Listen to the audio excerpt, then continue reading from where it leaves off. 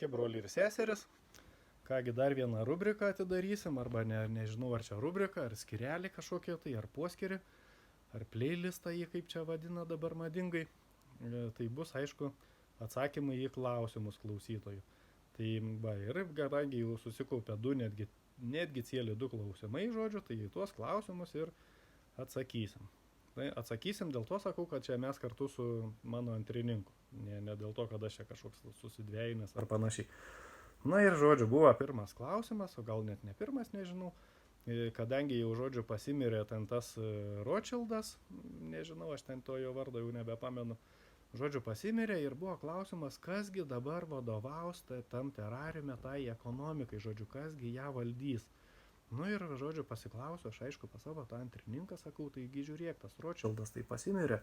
Ir kas, sakau, dabar jų vadovaus tam terariume tai ekonomikai visai? Ar čia kaip čia dabar kažkokias naujas bus, ar koks nors Rothschildas mažasis, ar dar kažkas? Nu ir, žodžiu, jisai sako, ne, sako, čia, sako, tik dundukam taip atrodo, kad kažkas toliau vadovaus. Tai sako, niekas daugiau nebevadovaus terariume jokia ekonomikai, dėl to ir tas Rothschildas jau pasimirė, nes, žodžiu, Nevidonas nereikalingų tarnų nelaiko, žodžiu, kai tik jis patapo visai nereikalingas ir nebliko jo, aišku. Tai nesvarbu, kiek jis ten buvo užsitarnavęs ar neužsitarnavęs tam Nevidonui, nes, Nevidonas, aišku, irgi visus apgaudinėja ir savo tarnus jis ten naikina. O kodėlgi niekas nebevadovaus tai ekonomikai tam terariume?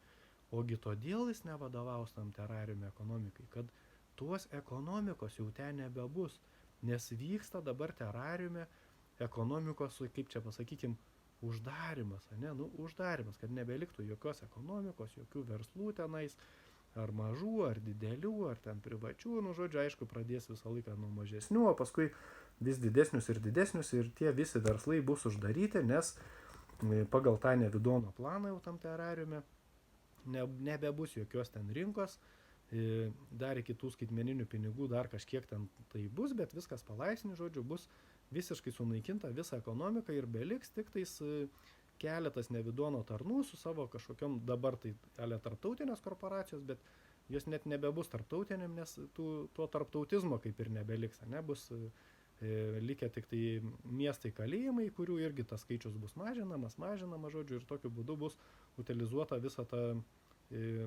žmonijos civilizacija, sakykim, etapas, tas ciklas, bet bus užbaigtas, sakykim, jau ir todėl ekonomikai niekas nebevadovaus, bet ne veltui, kaip sakant, tas Rothschildas ir atidavė savo galus, nes jo misija kaip ir jau buvo atlikta, jis pilnai ją atliko, užbaigė, žodžiu, ir niekam nebereikalingas patapo. Tai va, tai tikiuosi, kad atsakiau į tą klausimą, kasgi vadovaus tai ekonomikai tam terariume, o kitas buvo klausimas, tai kągi tas mano antrininkas, ką jis galvoja ir kaip jisai ruošiasi, žodžiu, tiem sunkiem laikam. Noriu, aišku, patikslinti vieną dalyką, kad, žodžiu, tie sunkie laikai ne tai, kad ateis, o jie jau iš tikrųjų yra atėję, tie sunkie laikai, nes tas Nevidonas, kadangi tą varlę verda lėtai, žodžiu, tai nelabai kas žmonės ir pajaučia, kad tie sunkus laikai jau yra atėję. Ir jau, žodžiu, jau reikia jau neberuošti, o jau aktyviai veikti iš tikrųjų tam terariume.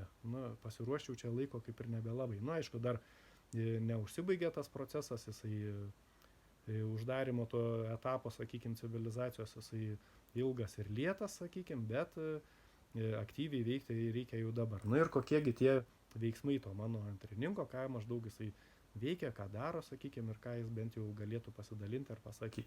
Tai visų pirma, aišku, tai reikia prižiūrėti savo kūną, tą savo sielos indą, sakykim, mylėti jį ir puoselėti visaip, rūpintis sveikata, sakykim, savo ir artimųjų, ir kitiems, sakykim, patarti tą patį daryti. Žinoma, reikia kažkokių tai atsargų nenumatytėm atvejam, maždaug nusimatyti, kad kas bus ir kaip bus, kai nebebus jau tos elektros vadinamos ir kūro, sakykim, atsargų, kokie bus reikalingi galbūt įrankiai ar instrumentai, norint kažkaip tai pragyventi. Čia kalbam tuo atveju, jeigu nepakliūsit jūs į tuos konclagerius vadinamus miestais, ar jie 15 minučių, ar daugiau tų minučių, žodžiu, tai esmės nebesudaro, nes miestai yra miestai. Tai ruoštis reiktų, jeigu tie, kas miestuose, tai žinoma, krapštytis iš tų miestų kuo greičiau, kol yra dar galimybė. Nes neaišku, kada čia vėl bus ta pandemija X ar kokia nors kitokia raidė, ir bus viskas uždaryta ir jau, kaip sakant, pereita bus prie kito etapo. Na, ką jis dar pasakė? Žodžiu, aišku, tai kas gyvena tuose šalyse, kur tai yra įmanoma, tai reikėtų ir ginkluotis kažkaip, tai kad galėtum kažkokių tai neramumų ar ten laikais apginti kažkaip tai savo šeimą. Nu, kitas dalykas, aišku, reikia dar pasižiūrėti ir iš kitos pusės, tai reikia džiaugtis tuo nuostabiu pasauliu, kurį sutvėrėjas davė žmonėm, nepalaikyti sistemos, kiek tai įmanoma, žodžiu, ir viskas reikia žinoti, kad viskas, kas naudinga sistemai, tai yra kenksminga žmonėm, o viskas, kas naudinga žmonėm, tai yra kenksminga sistemai. Tai čia, žodžiu, toks kaip ir antagonizmas yra tam terariume, sakykime, nu, kaip pas mus planetui, tai aišku, valstybės rūpinasi žmonėm ir jų gerovė yra sukurtos, o terariume tai ten, kadangi viską valdo nevidonas, tai yra biški kitaip. Nu ir, žodžiu, yra pats svarbiausias, tai tas džiaugsmas, kaip sakant, sakiau, irgi tikrai labai svarbus, nes jeigu džiaugiatės jūs gyvenimu, džiaugiatės, sakykime, su savo artimaisiais ir draugais, sakykime, tai per jūs, aišku, džiaugiasi ir sutvėrėjas, tuo būdu, sakykime, per tą jūsų sielą, jis irgi patiria tą džiaugsmą. Na, bet yra dar ir kitas, sakykime, tas dvasinis irgi toks, kaip ir sakyčiau, aspektas, turbūt pats pagrindinis, tai žodžiu, netapti dėmėtais. Tai ką reiškia tapti tojais dėmėtais, aš irgi pasakojau tam savo filmukę apie nevidoną, kur pasakojau, bet galiu trumpai priminti, kad, žodžiu, kai tik žmogus kažką padaro priešišką, kaip sakant, natūraliai eigai, na tai, žodžiu, bando ten kokią lytį pasikeisti, arba elgiasi prieš savo sąžinę, žodžiu, tai yra ten meluoja, vagia, ar, žodžiu, apgaudinėja, ar kažkokią klastą naudoja, ar kažkokius visokius tokius negerus dalykus, nu, tai jis, juo iš karto siela, nu, patamsėja tam tikrose vietose, žodžiu, atsiranda dėmes, nu, kaip ir per tas dėmes, aišku, tada jau į tam žmogui didesnė įtaka daro, žodžiu, nevidonas, ar jo tarnai, o jeigu tų skilių ir daugiau, tai, žodžiu, ten ir gali įsiveisti ir demonai, sakykime, pas tą žmogų, žodžiu. Tai va, tai, žodžiu, svarbiausia yra dirbti su savim, su savo kažkokiom tai įdom, žodžiu, jas reikia iš pradžių pamatyti, paskui suprasti, dėl ko jos ten yra kažkokios tai įdos ir, žodžiu, tokiu būdu kažkaip bandyti jų atsikratyti. Nu, pati pagrindinė tai turbūt yra melas, nuo kurios ir viskas ir prasideda. Tai, aišku, reikia nemeluoti visų pirma savo, o paskui, aišku, ir aplinkiniam. Nu, tai ką aš dabar, kai pakalbėjau su savo antrininku, tai jis bent jau kaip patikino, tai kad pas jį praktiškai visų melų beveik pavyko atsikratyti, išskyrus tą melą sistemai. Nu, ir klausiu, tai kaip dabar tas melas sistemai, tai vis tiek yra melas.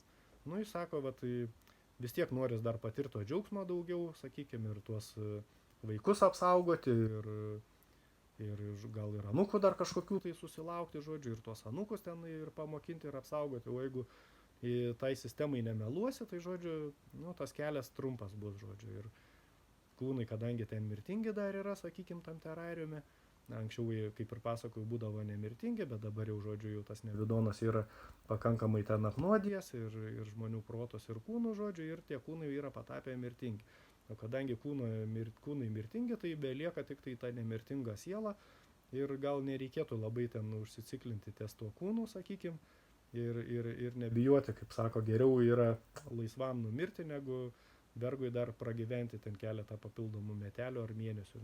Čia sunku pasakyti, kaip čia dar su tuo utilizacijos planu, kokiu greičiu ten tie bus terariumo gyventojai utilizuoti. Tai va, tai turbūt tokie pagrindiniai čia dalykai ar aspektai. Tai žinoma, sako, kad nereikia pasiduoti ten tiem nevidono tarnam jau atėjus kažkokiai tai valandai X ar ten suirutė, ar jau atėjus tai utilizacijos, kaip sakykime, plano įgyvendinimo momentui. Tai žinoma, kad reikia priešintis ir, žodžiu, kuo daugiau blogio, kaip sakant, tu kaip sutvėrėjo vaiką sunaikinsi, tai tuo, aišku, būsi sutvėrėjo akyse, nu, kaip sakykime, tas geresnis, ar kaip čia pasakykim, tuo mažiau blogio bus ant to pasaulio, sakykim, tuo mažiau blogio bus ant terarium. Tai va tokie pagrindiniai būtų gal patarimai, čia net ne patarimai, o tiesiog mano to antrininko pamastymai, ką jisgi tam terariume ten daro ir kaipgi ruošiasi, ar yra pasiruošęs jau tiem laikam, sakykim, sunkiesiam, kurie jau atėję yra tam terariume. Tikiuosi, kad tie atsakymai jums buvo įdomus ir patiko ir lauksim ir daugiau dar tų klausimų. Ir turbūt gal rubrikėlė, sakykime, klausimų kažkokių tai atsakymų, gal jinai visai ir išsiplės. Tai va tiek tam kart. Tikiuosi buvo įdomu ir iki.